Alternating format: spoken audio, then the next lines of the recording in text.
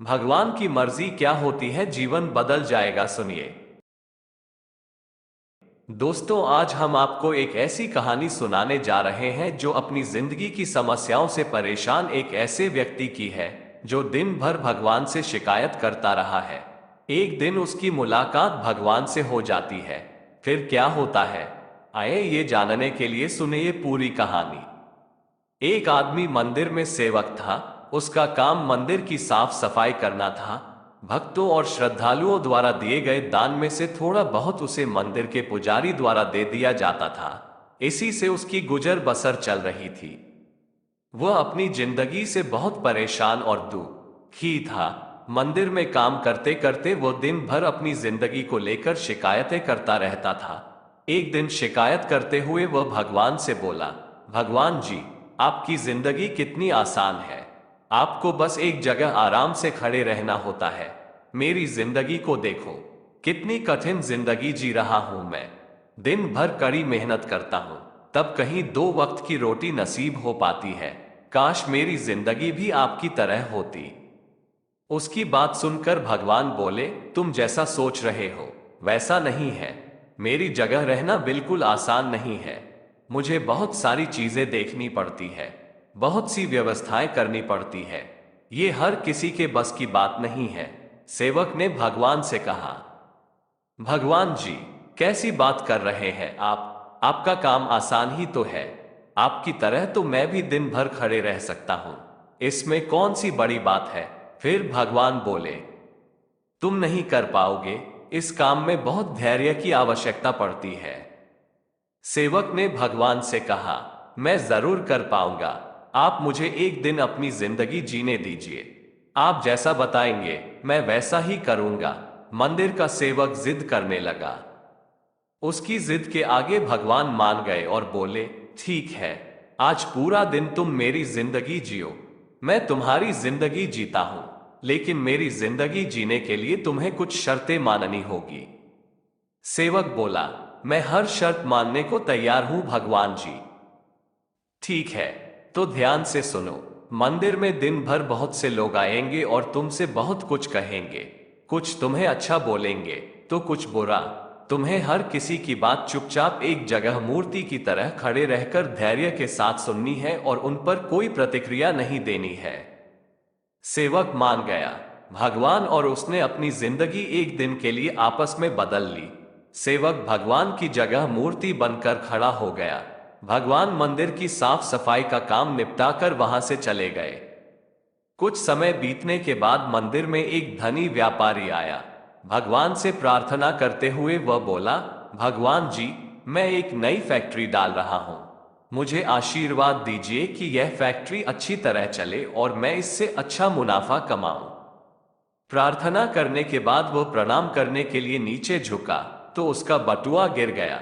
जब वह वहां से जाने लगा तो भगवान की जगह खड़े मंदिर के सेवक का मन हुआ कि उसे बता दे कि उसका बटुआ गिर गया है, लेकिन शर्त अनुसार उसे चुप रहना था। इसलिए वह कुछ नहीं बोला और खामोश खड़ा रहा।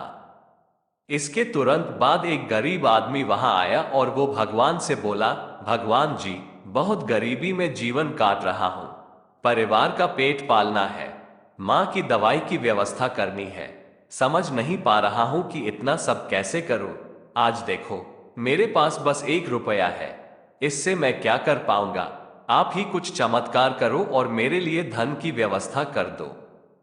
प्रार्थना करने का बाद जैसे ही वह जाने को हुआ, उसे नीचे गिरा व्यापारी का बटुआ दिखाई दिया। उसने बटुआ उठा लिया और भगवान को धन्यवाद देते हुए बोला, भगवान जी, आप धन्य है। आपने मेरी प्रार्थना इतनी जल्दी सुन ली। इन पैसों से मेरा परिवार कुछ दिन भोजन कर सकता है। मां की दवाई की भी व्यवस्था हो जाएगी। भगवान को धन्यवाद देकर वह वहां से जाने लगा।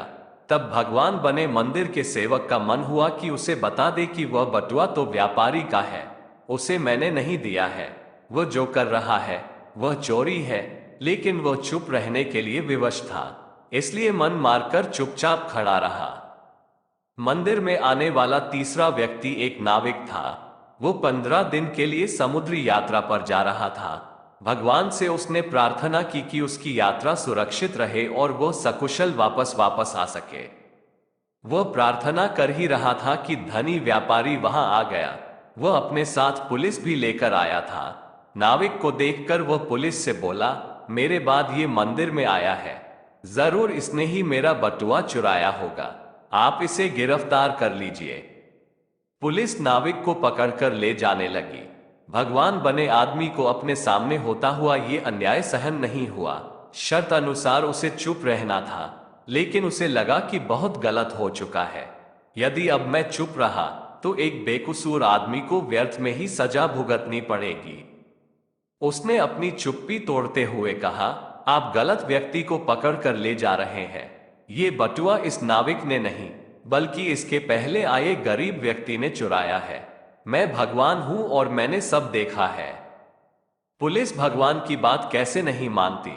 उनकी बात मानकर उन्होंने नाविक को छोड़ दिया और उस गरीब आदमी को पकड़ लिया जिसने बटुआ लिया था। शाम को जब भगवान वापस आए तो मंदिर के सेवक ने पूरे दिन का वृतांत सुनाते हुए उन्हें गर्व के साथ बताया कि आज मैंने एक व्यक्ति के साथ अन्याय होने से रोका है।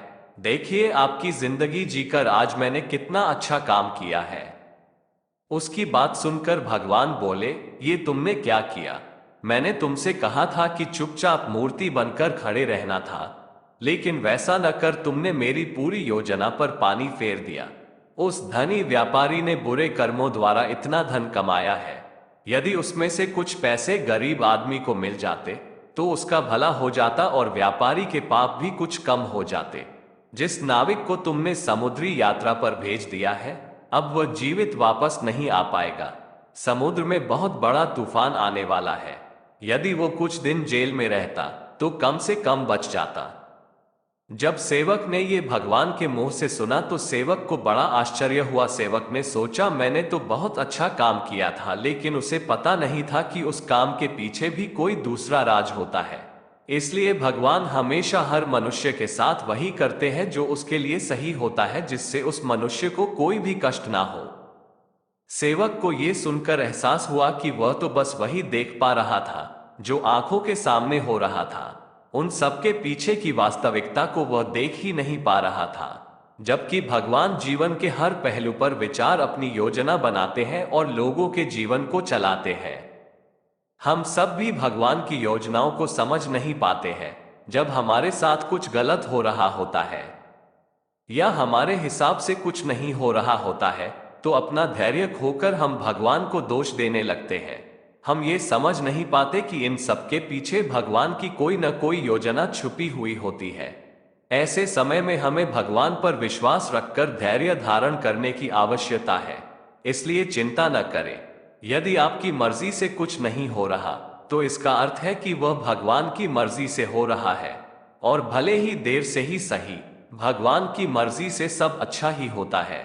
दोस्तों, हम भगवान से यही प्रार्थना करते हैं कि आप और आपका परिवार हमेशा खुश रहे। दोस्तों, अगर सच्चे दिल से भगवान को चाहते हो तो हमारे इस चैनल को सब्सक्राइब जरूर करना और बेल आइकन को भी दबा देना, जिससे आप तक हमारी वीडियो सबसे पहले पहुंच सके। ऐसी ही वीडियो देखने के लिए आप प्लीज हमारे इस चैनल को सब्सक्राइब करें और बेल आइकन को जरूर दबा दें।